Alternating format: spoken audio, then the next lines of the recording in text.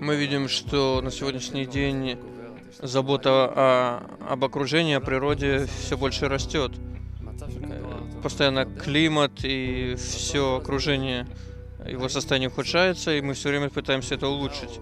Является ли это тем местом, которое близко к исправлению? Это никак не поможет, потому что человек в своем отношении к другому человеку, к своему товарищу, разрушает мир. Только в этом.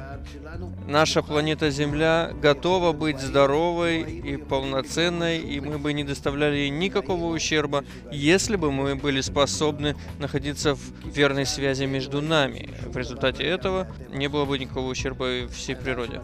Человек, который начинает выходить из себя к другим, для него растение или неживой предмет, или творец, или товарищ — это все одно и то же.